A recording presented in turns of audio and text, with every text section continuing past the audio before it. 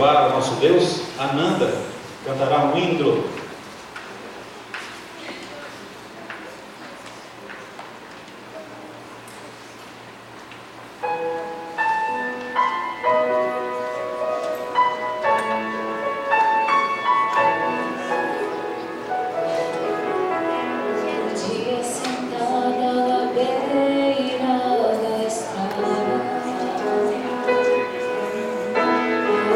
Horizonte avistei o infinito. Muito triste era o céu quando o sol o deixava. O oceano de estrelas tornou-se em segundos. E meus versos pensando na vida. Então viajei com meus olhos fechados. Achei arco-íris no céu todo escuro.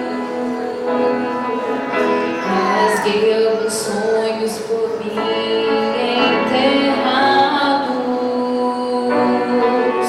Encontrei muitos outros no céu colorido. Senti muita paz entre o céu e a terra. Passei a entender que a noite é preciso.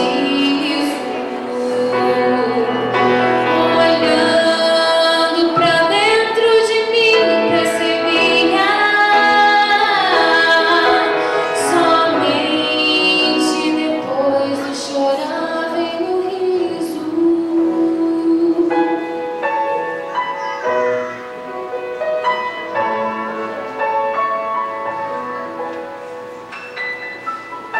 Tentei segurar um pouquinho do vento, a amarga tristeza então eu senti. Pouco era capaz nem sequer eu de vê-lo. As trevas da noite rendiam meus anseios. Ainda mais fraca então eu me senti. Trazendo comigo a angústia das trevas, um simples humano em mim encontrava.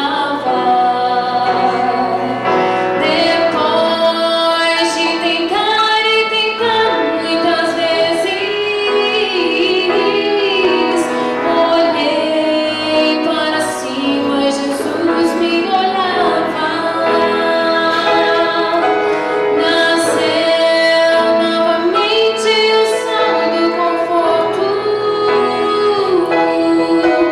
As trevas não eram eternas pra mim. A noite e o dia não são mais barreiras.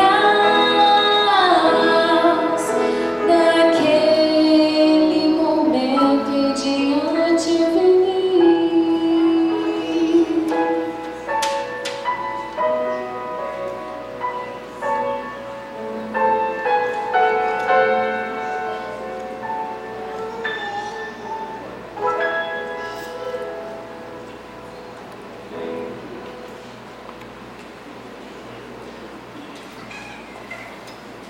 Obrigado, Nanda. Que Deus continue abençoando. Eu tenho uns 3 ou 4 recadinhos. Gostaria de passar para a igreja e seria muito interessante a vossa atenção. Irmão Farias me comunicava, alguém perdeu uma carteira, não tem documento, não tem nada, mas é uma carteirinha de couro. Se você, membro ou alguma criança perdeu, pode procurar por irmão Antônio Farias, tá? Outra coisa, na quarta-feira, são 2 anúncios com respeito à quarta-feira. nós vamos ter após o culto a nossa reunião, a continuidade da comissão de nomeações para alguns ajustes. Então você que faz parte da comissão de nomeação, não se esqueça de não armar um compromisso para quarta-feira depois do culto, dedicar algum tempinho mais aqui com a gente. Na mesma quarta-feira, essa é uma semana diferente. É uma semana onde muitos de vocês estão sabendo que, se não me engano, até ontem, me parece que começou a programação do Bulhão, ao vivo. Nós não vamos estar transmitindo aqui na igreja. Nossos cultos vão ser normais. Mas você pode assistir ou ouvir essas palestras, ouvindo através da Rádio Novo Tempo, acompanhando pela internet. Hoje tem uma facilidade muito grande. Aqueles que têm a TV por assinatura, a Sky, está sendo passado através do canal 14. Então é importante, mas o meu convite é para que na quarta-feira você venha. Nós estamos numa sequência de programação, está sendo estudado o livro Orientação da Criança, temas muito importantes, e nesta quarta-feira vai estar acontecendo mais um culto. Então faça planos para estar aqui com a gente, tá bom? Eu vou estar lendo um pensamento bíblico para este momento, onde nós vamos estar adorando ao nosso Deus através dos nossos dízimos e de nossas ofertas.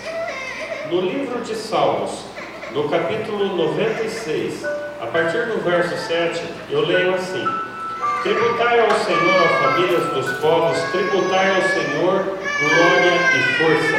Verso 8: tributai ao Senhor a glória devida ao seu nome, trazei oferendas e entrai nos seus atos. Com este pensamento, você que preparou a sua oferta, o seu dízimo, enquanto nós vamos estar cantando o hino, você poderá trazer a sua oferta, depositando na salva aqui à frente.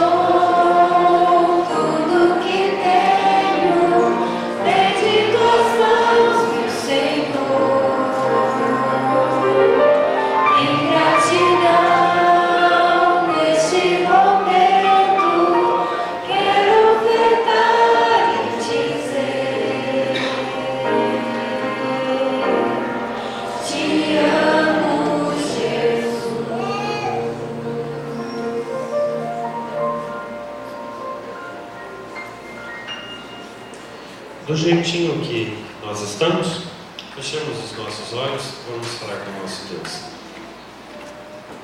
Querido Pai, nós queremos, Senhor, te agradecer. Mais uma vez nós temos a oportunidade de estarmos na tua casa. Viemos aqui, ó Pai, porque nós temos a certeza de que o Senhor está aqui e aqui existe um encontro mais próximo de Ti, e que o Teu Santo Espírito possa estar realmente pairando neste local, abençoando aquele que fala e aquele que ouve.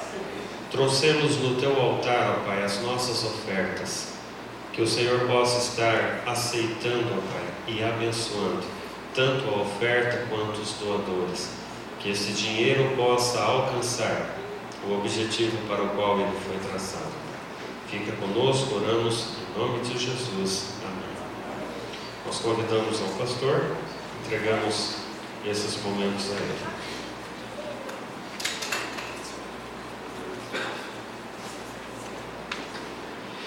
Boa noite, irmãos. Vocês estão bem? Você já cumprimentou o irmão que está perto de você? Cumprimente seu irmão e diga assim: que bom que você está aqui na casa do Senhor. Mas quem está só muito pertinho aqui pode levantar um pouquinho, cumprimentar mais alguém. Se não, Nivaldo só cumprimenta a Denilson ali, né? Fica meia hora ali.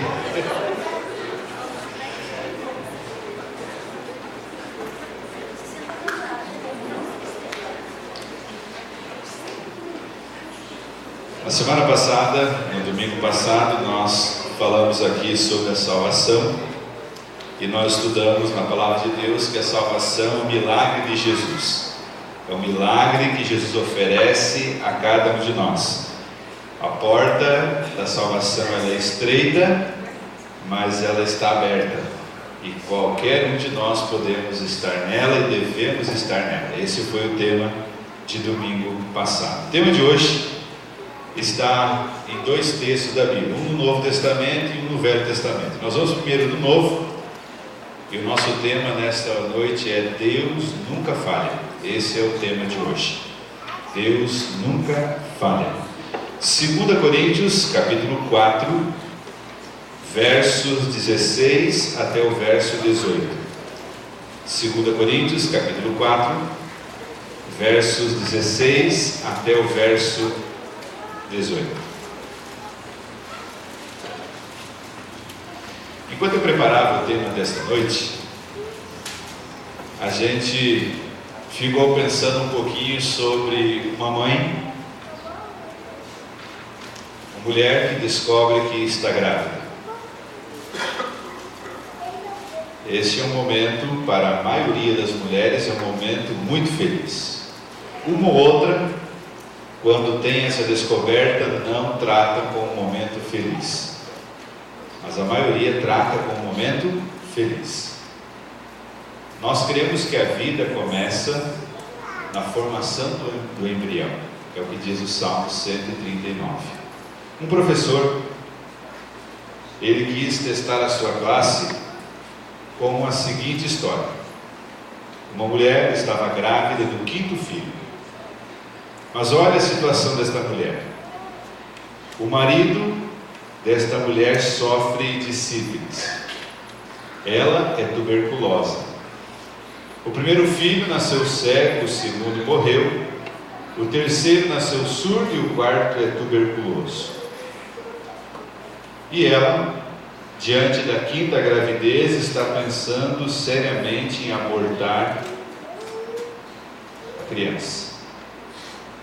E o professor agora então pergunta para a classe: escuta, vocês praticariam o aborto ou vocês permaneceriam com o risco de novamente ter ou uma morte ou então uma situação complicada no filho? A classe ficou meio dividida. Uma classe achava que a mãe tinha o direito de escolher, de decidir, e outra parte também dizia assim: não, a vida já começou, então não é direito mais da mãe decidir interromper a gravidez. A classe ficou dividida, e assim também hoje muitas pessoas estão divididas nessa questão.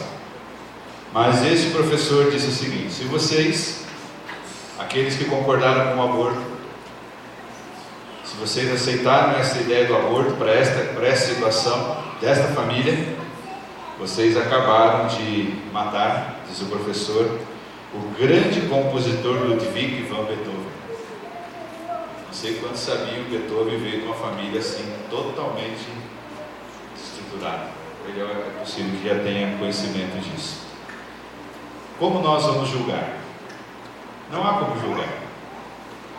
Nós temos que entregar todo o conhecimento e toda a causa diante do Senhor. Partindo desse princípio de que a nossa vida está nas mãos de Deus e que Ele sabe o que é melhor para cada um de nós, mesmo quando algo ruim acontecer com você e comigo, Deus ainda assim Ele tem a sua vida e a minha vida nas suas mãos. 2 Coríntios capítulo 4, vamos ler, verso 16. Por isso não desanimamos. Você sabe que o desânimo é uma coisa que incomoda. E nesses dias tem muita gente que está desanimada. Uns desanimam da família, outros desanimam do marido, né? Esse meu marido não tem jeito. Outros desanimam da esposa, de um filho, do trabalho. Então nem se fala, né, Milton? Desânimo do trabalho. E alguns também desanimam, inclusive, da igreja. Vez ou outra eu visito alguém que diz assim: pastor, eu estou desanimado. O desânimo é um problema desses nossos dias.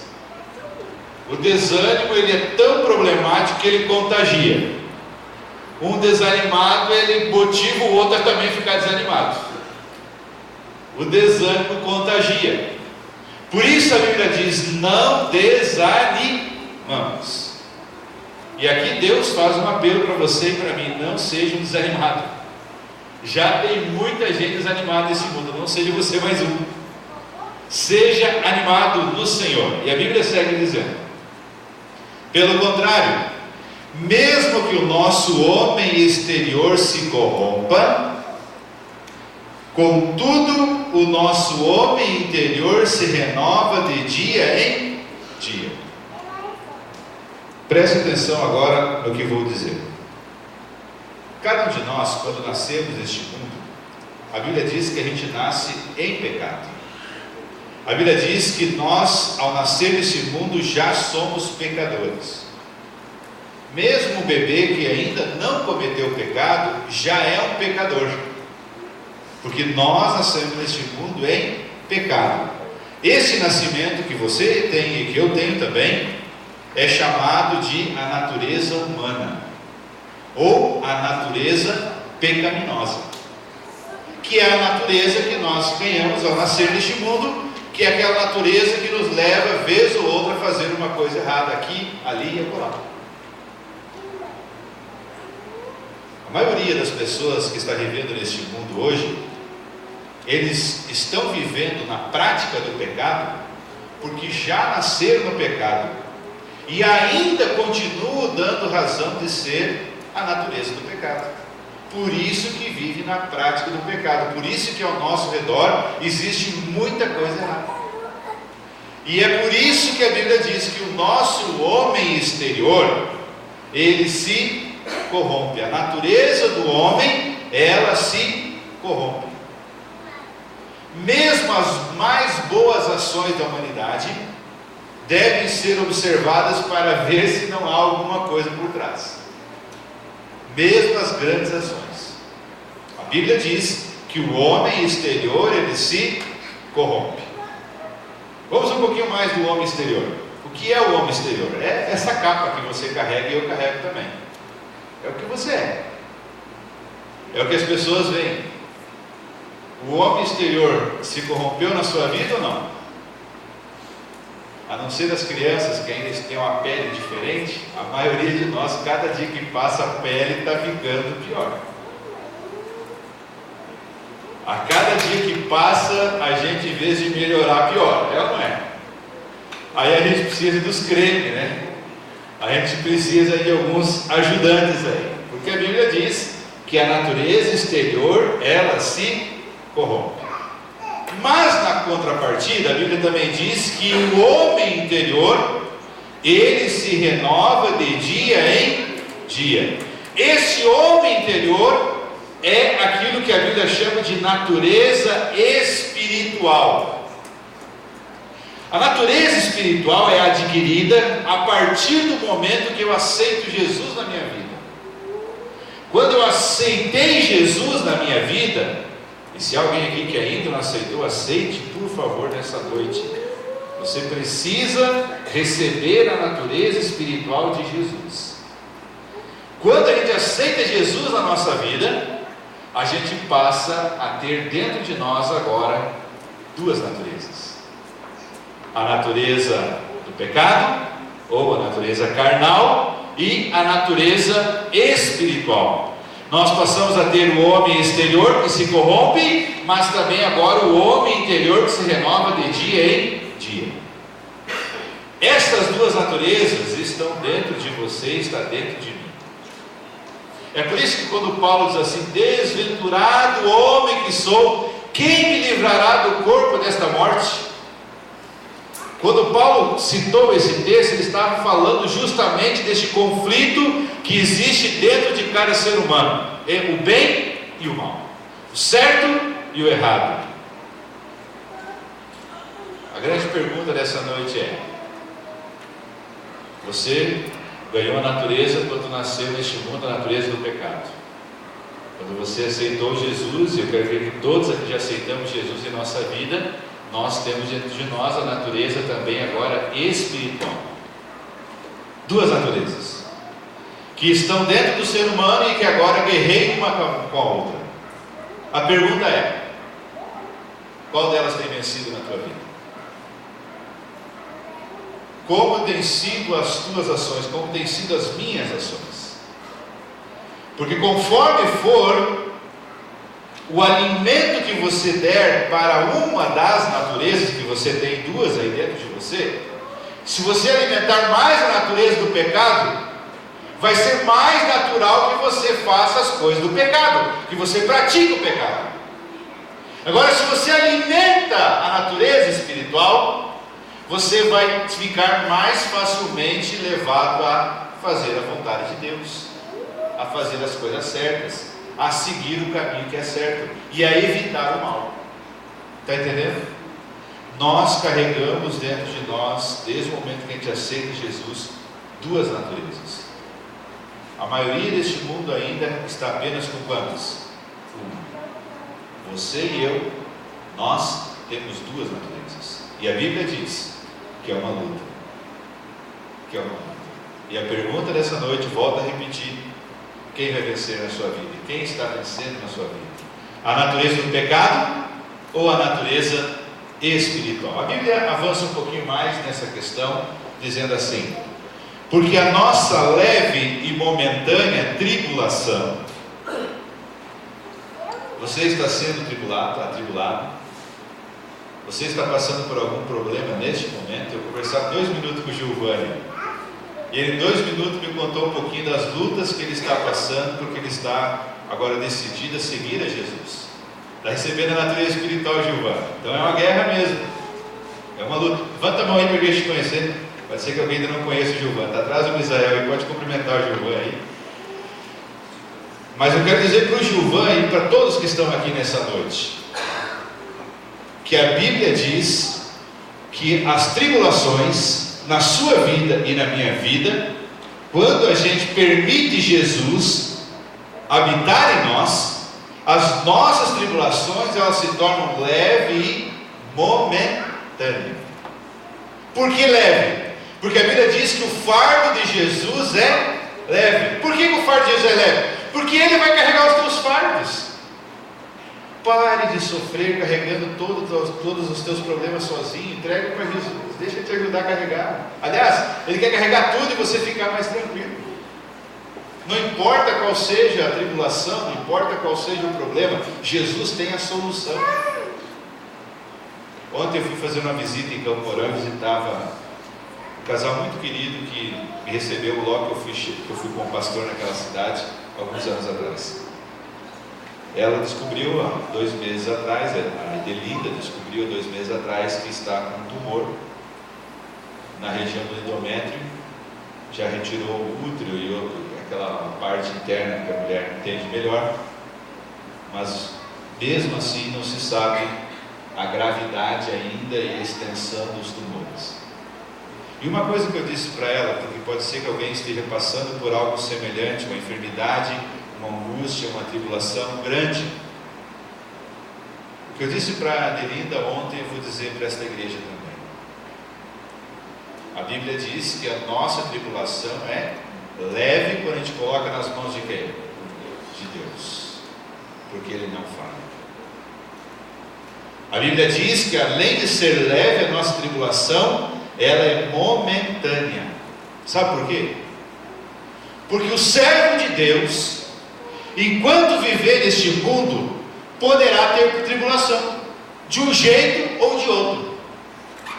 Para uns é enfermidade, para outros é perda de trabalho, para outros é um problema lá circunstancial dentro da casa, um desajuste que parece impossível de resolver. Para outros é um casamento que parece que já terminou, para outros é um namoro que acabou e você ainda é apaixonado ainda, para outros não sei qual é a situação, mas seja qual for o problema, Deus continua sendo Deus, e Ele continua tendo poder para socorrer os seus filhos.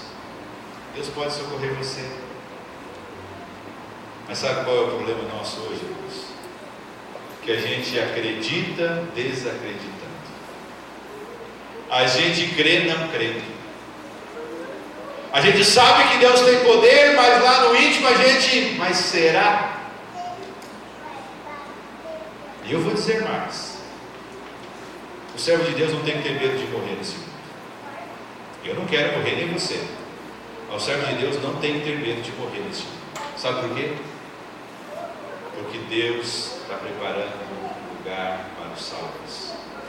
E não importa se vivo ou se você morrer, você tem que estar preparado para ocupar o seu lugar nos salvos. Lembro da semana passada que nós falamos da grande mesa, sentar-se à mesa do reino de Deus, sentar-se lá com Jesus, à mesa do reino de Deus. A Bíblia diz que nós temos que entregar completamente a nossa vida nas mãos de Jesus. Ele vai cuidar de nós. Por quanto tempo? Não sei. Se tiver que passar por alguma tribulação mais pesada na minha vida, Deus vai me dar força para passar.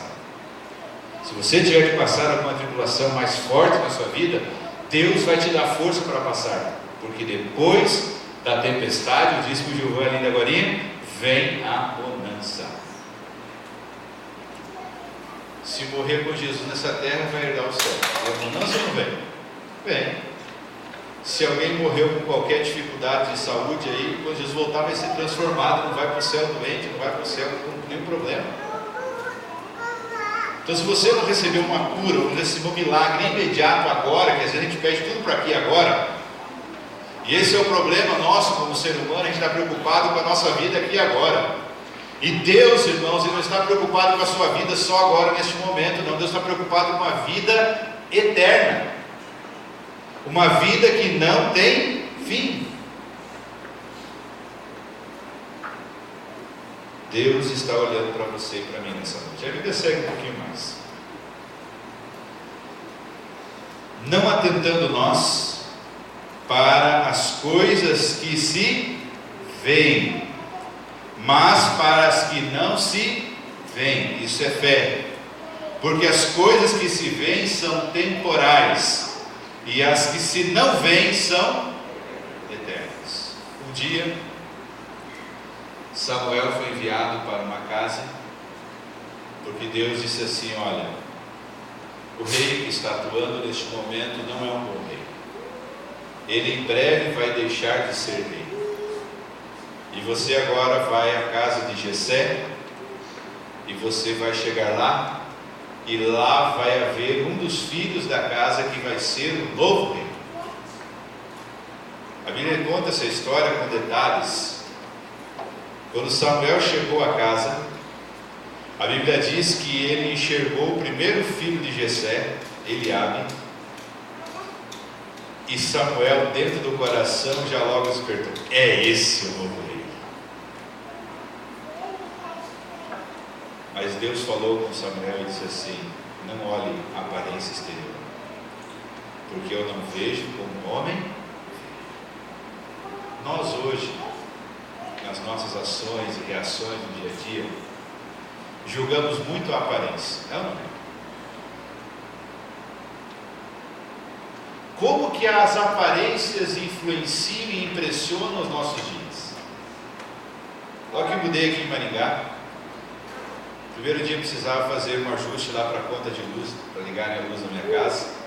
E como eu tinha passado o dia todo lá, tirando caixa, arrumando caixa, a roupa já estava bem suja. E eu fui numa farmácia para pagar ali a conta que precisava para a ligação da luz. Entrei lá, mas a roupa estava um pouco suja, trabalhado durante o dia.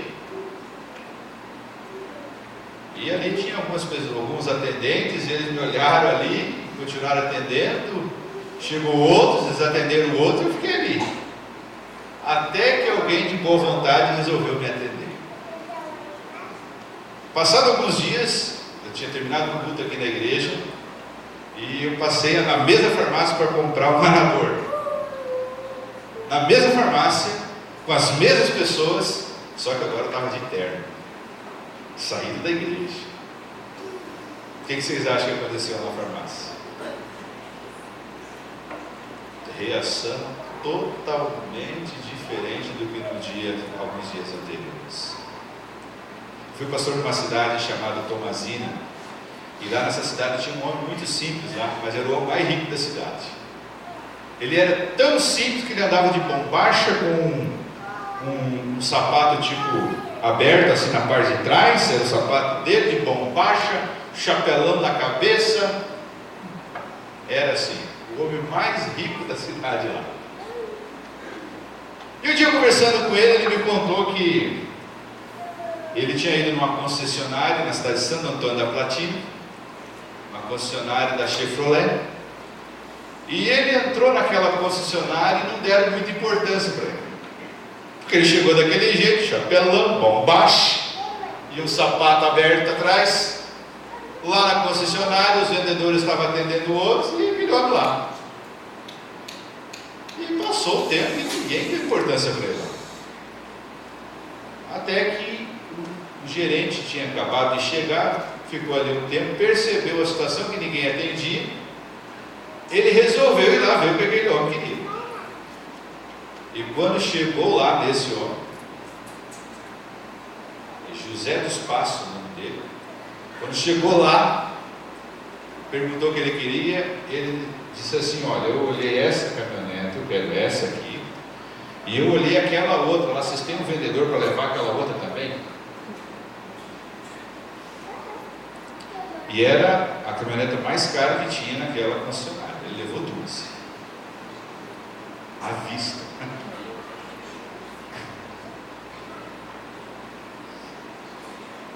Como nós somos com aparência? Às vezes nós julgamos as pessoas pela aparência. É ou não? Como é impressionante, às vezes a gente olha para alguém e só de olhar dizendo não gostei. Aconteceu já isso com você? Olha para alguém, não gostei. Aí depois, com o passar do tempo, você vai conversando, é colocado para estar em contato com aquela pessoa, de repente você percebe que é uma pessoa legal e se torna um grande amigo. Há um ditado que diz por aí: não julgue o livro pela capa antes de dar uma lida. A Bíblia diz que Deus não vê como o homem vê. Na igreja, a gente pode ver como as pessoas vêm vestidas da igreja. É ou não é? De terno, bem arrumado. Dificilmente alguém vem à igreja que não seja com a sua melhor roupa que tem. A gente costuma pôr o melhor para vir à igreja. E é assim que a gente observa as pessoas, pela aparência. Nessa noite eu estou olhando vocês aqui da frente, vocês estão olhando para mim, estão vendo a roupa que eu estou vestido, eu estou vendo vocês. Mas isso que nós vemos é apenas o exterior. Só Jesus sabe como é o seu coração. Só Jesus sabe como é o meu coração. O homem vê o exterior, mas Jesus vê o coração. Nas suas reações e ações na vida, irmãos, julgue menos. Julgue menos.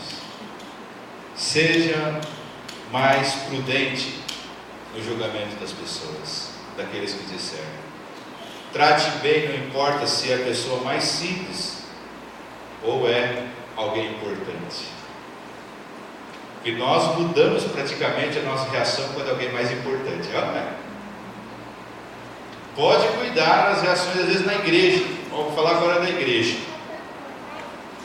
Chega um pastor importante, você vê como que muda o tratamento, né? A gente já pastor larga, até o aluno que está conversando aí já vai lá atender. Deus do Senhor me ajuda, vamos lá atender. É ou não é? E vez ou outra, eu já me peguei vez ou outra assim, talvez não dando a mesma dignidade, a mesma atenção para o membro da igreja. E isso é um desafio para mim e para você, porque todos que estamos aqui somos iguais. Daqui a pouco, se você morrer e eu também, vamos botar a gente do mesmo jeito que coloca todo mundo. E do mesmo jeito que todo mundo vai, nós todo mundo vamos. Nós vamos também. Entendeu? Que é o homem, um dia perguntou o salmista. Nasceu no pecado, mas quando aceita Jesus, agora tem uma nova natureza dentro de si. E é essa nova natureza que nós vamos ler agora um pouquinho mais em Isaías, no capítulo, olha aí, Isaías, capítulo 40, e o verso 28 a 30. Isaías, capítulo 40, e o versos 28 a 30.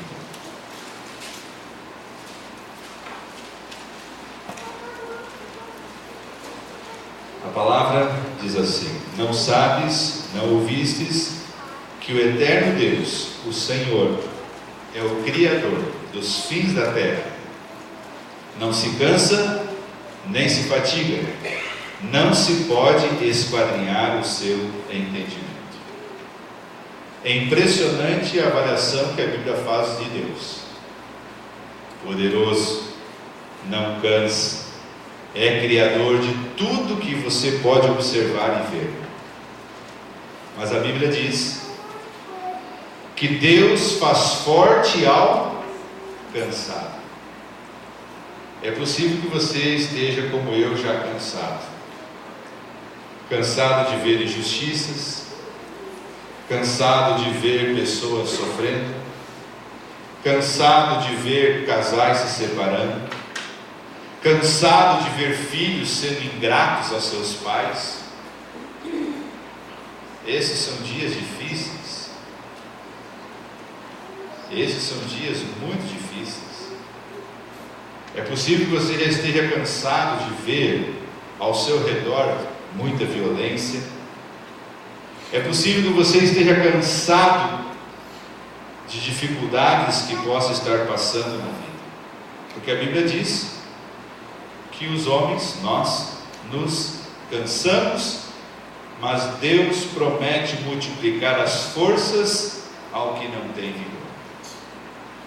Se você está cansado, Deus quer te renovar nessa noite. Os jovens, diz a Bíblia, se cansam e se fatigam, e os moços e exaustos caem. Temos alguns jovens na igreja nessa noite. Eu digo que o jovem que procura Deus nesses dias é um herói. É um herói nesses dias, o jovem que procura Deus. Sabe por quê? Porque a filosofia desses dias para os jovens é a seguinte: temos que aproveitar a vida, vamos curtir, tem que ir para a balada, tem que aproveitar, tem que ir, está passando um filme lá no cinema do shopping, lá é o último, tem que ir lá assistir. É uma festa lá não sei aonde. Ah não, como é que eu vou perder aquela festa lá? Vai ter fulano famoso, como é que eu vou perder aquela festa lá? E os jovens hoje estão sendo influenciados. Eu falo para os jovens da minha igreja: não entrem nessa filosofia errada do mundo. Deus não é só para velho, não, gente. Deus não é só para quem já está com o cabelo branco aí, terminando a vida, não, pelo contrário.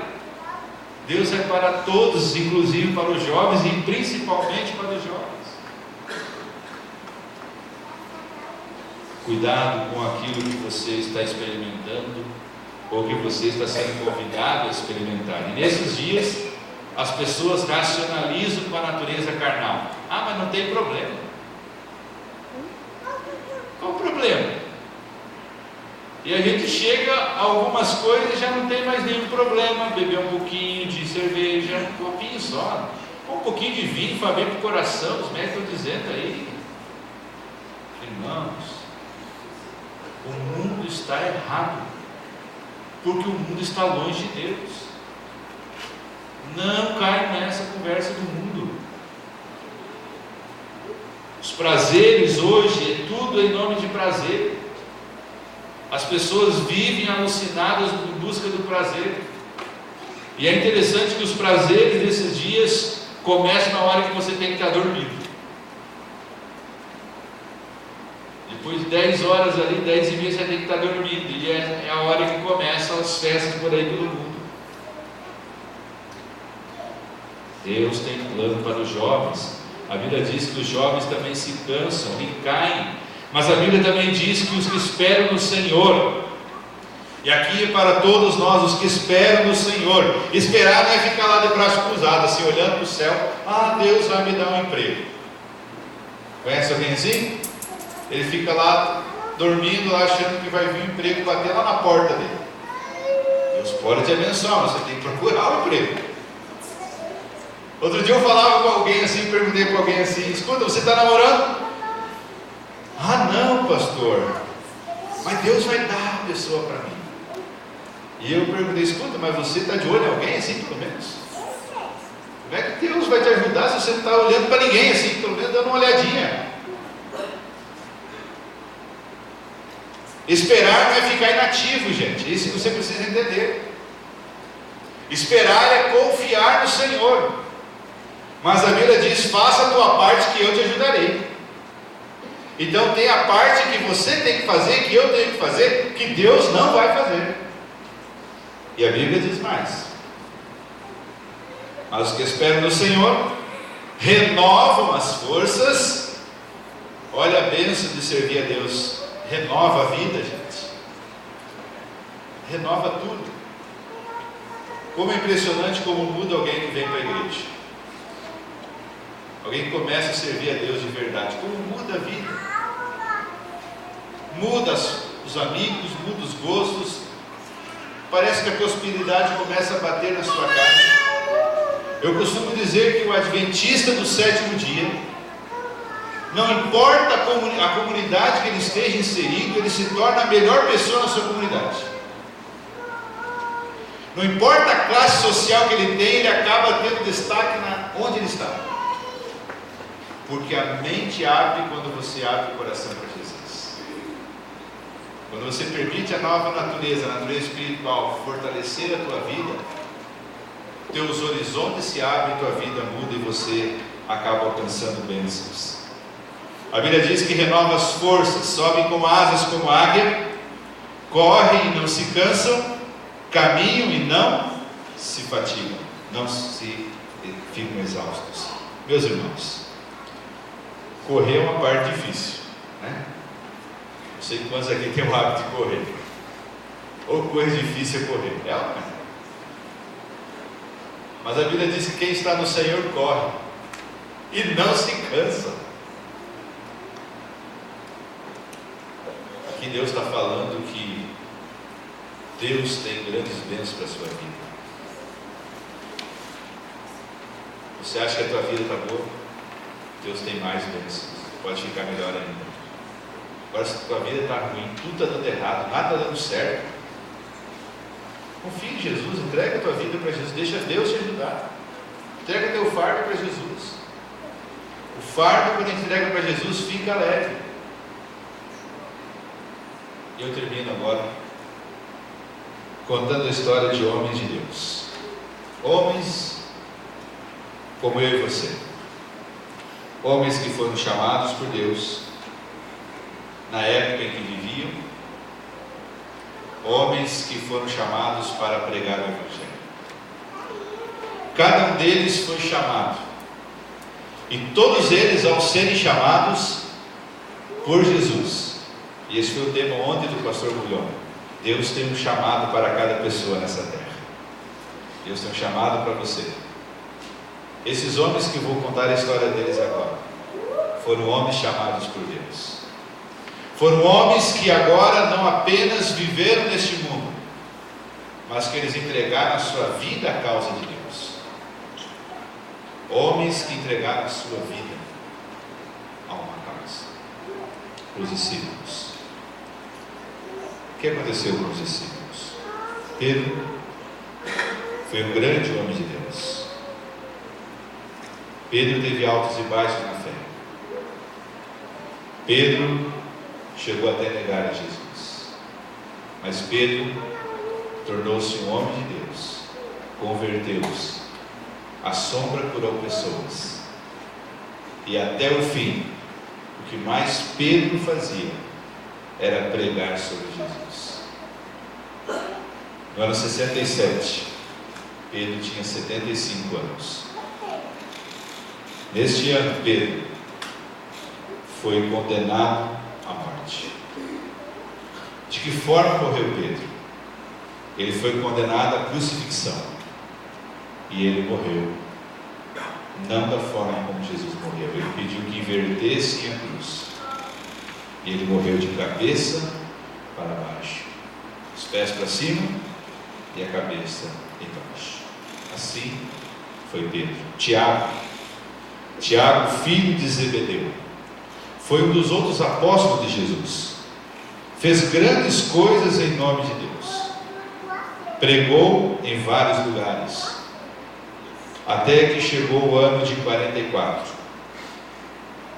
E Tiago foi condenado também à morte pelo rei Agripa I, e ele foi decapitado. Um crucificado de cabeça para baixo, agora o outro decapitado. Outro discípulo, João, irmão de Tiago. Aqui faço um comentário especial, porque Tiago e João, quando foram chamados por Jesus, eram chamados de filhos do trovão. À medida que foram convivendo com Jesus, transformaram-se em discípulos do amor. João, irmão de Tiago, chegou a ser lançado num tacho de óleo fervente no ano 95 pelo imperador de Roma chamado Domiciano, mas não teve ferimentos. Até que Domiciano não conseguiu matar João, mas o exilou, o enviou a uma ilha chamada Ilha de Patmos. Às vezes a gente imagina que a Ilha de Patmos era um resort, né? Era uma ilha com uma colônia de férias, nada disso, mas era uma prisão. Era água para todos os lados esta ilha. Ninguém saía de lá, difícil acesso, e lá foi enviado João. João morreu em Éfeso por volta do ano 100, e esse foi o único dos discípulos que teve a sua morte, como a gente chama de morte natural, não foi morto por outras pessoas. André, que temos um discípulo também, irmão de Pedro, este foi crucificado na Ática, região da Ásia Menor, e ele, até o último momento, ele estava pregando de Jesus. Só parou de pregar quando não conseguiu mais, mas enquanto ele podia, André pregava. Tiago, outro Tiago, filho de Alfeu, foi condenado. As pessoas o condenaram por pregar de Jesus e o levaram ao alto do templo, pináculo do templo, que era uma distância de mais de 8 a 12 metros. Os teólogos discutem se era 8 ou se era 12. De 8 a 12 metros tinha a altura do pináculo do templo, a parte mais alta do templo. Você que está me ouvindo em casa aí, você está ouvindo agora a história dos discípulos. E ele então, depois que caiu lá de cima, ainda estava um pouco com vida, e o apedrejaram até lá. Mateus foi um ex-coletor de impostos, pregou por 15 anos na Palestina, pregou e pregou muito.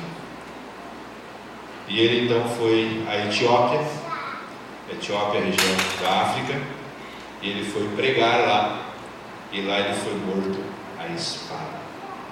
Bartolomeu, outro discípulo, pregou na Arábia. Eles começaram a se espalhar pelo mundo. A pregação de Bartolomeu chegou também à Índia. Alguns afirmam que ele foi amarrado num saco e lançado ao mar. Outros dizem que ele foi esfolado vivo. Seja lançado num saco ao mar, ou seja esfolado vivo, foi uma morte cruel. Simão, o cananeu, também chamado Zelote, morreu na Pérsia, por ordem do imperador Trajano, e ele foi então martirizado, espancado até morrer. Filipe, outro discípulo de Jesus, morreu na Ásia Menor, enforcado no pilar do templo de Hierápolis. Enforcaram Filipe. Tomé, um discípulo que ficou famoso porque ele quis tocar nas mãos de Jesus, os cravos das mãos e dos pés. Incrédulo Tomé viajou muito, pregando na região da Parta, Média, Pérsia, também chegou à Índia, e quando chegou à cidade Coromandel, ele foi atravessado por uma lança. Assim morreu Tomé. Judas Tadeu. Judas Tadeu é esse Judas que aparece na Bíblia, com um livro aqui pequenininho, não é o Judas Iscariotes, mas é o Judas que aparece na Bíblia aqui. Esse Judas Tadeu, até é tema do pastor Bulhão nessa semana. Irmão de Tiago, morreu cravado de flechas. Assim morreu Judas Tadeu. Marcos, o evangelista Marcos, ele foi arrastado, colocaram ele amarrado numa carroça de cavalos, ele foi arrastado pela cidade de Alexandria até morrer. Lucas, o grande evangelista Lucas, também reconhecido como um grande médico da antiguidade, foi enforcado numa oliveira na Grécia. Estevão, o último dos mártires ali do período, foi apedrejado até a morte. Homens de Deus, discípulos de Jesus, homens que entregaram-se, entregou a vida a Jesus. E eu falo do último deles, que foi um discípulo posterior a estes, foi um discípulo que não andou com Jesus, mas é reconhecido por todos nós como o grande apóstolo Paulo. O apóstolo Paulo estava em Roma, preso, e lá na prisão armentina em Roma ele escreveu algumas cartas, temos hoje na Bíblia. Foi condenado por Nero. Nero foi o imperador que deu a ordem para matar Paulo, e Paulo foi decapitado. É interessante, quando Paulo foi chamado, Deus disse assim: você vai saber o que é sofrer por meu nome. Irmãos, por que estou lendo essa história dos discípulos? Você está reclamando da sua vida? Você acha que a tua vida está ruim? Você acha que você tem problema? No passado, os homens de Deus viveram pelo Evangelho e morreram pelo Evangelho. Eu pergunto para você agora de coração: você estaria disposto a morrer por Jesus? Ah, pastor, mas morrer assim? A gente não quer morrer. Uma vez visitei um irmão da igreja e disse assim: pastor, está vendo aquele prego na parede ali da minha casa? Eu digo: estou vendo, irmão. Pois é, pastor, por que eu fico pendurado ali? Não quero morrer, não. Por que os discípulos morreram por Jesus? Sabe por quê? Porque eles viveram por Jesus. É impossível que alguém morra por Jesus sem primeiro ter vivido por Jesus. O nosso desafio não é morrer por Jesus. O nosso desafio é viver por Jesus. Vamos ouvir agora uma música que a Nanda preparou. E eu creio que essa música que vai falar conosco nessa noite, assim como a primeira música já falou bastante com a gente. Eu convido você, ao final da música da Nanda, a permitir que Deus atue no seu coração e na sua vida. Permita que Deus fale com você. Permita que Deus toque você. E coloque no seu coração o seguinte: eu tenho que alimentar mais a minha natureza espiritual, porque eu preciso viver por Jesus. Você deseja viver por Jesus, irmãos? Deseja? Então, ao final da música da Nanda, coloque-se em pé. Eu vou, ao término da música, orar por cada um de nós, porque eu tenho desejo de viver por Jesus.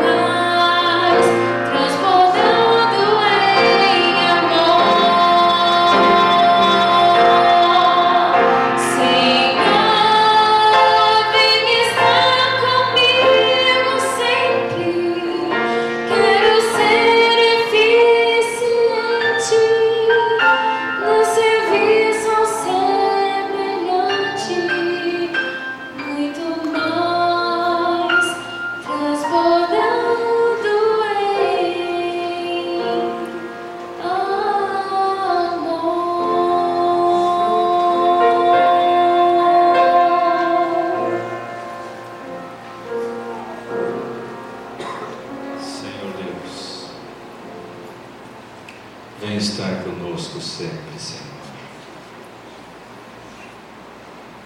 Remove de nós, Senhor, o mal. Permita, Senhor, que alimentemos mais a natureza espiritual, que aniquilemos dentro de nós a natureza do mal, Senhor. Almejamos ir para o céu, Senhor. Estamos cansados deste mundo, cansados de ver tantas pessoas sofrendo ao nosso redor. Deus, meu Deus, ajude-me a viver pelo Senhor. Que cada um aqui possa viver por Ti, Senhor. Nós queremos viver pelo Senhor, não apenas nessa terra, mas na eternidade. Queremos estar com o Senhor. Tem misericórdia de nós. Salva-nos, Senhor. Em nome de Jesus.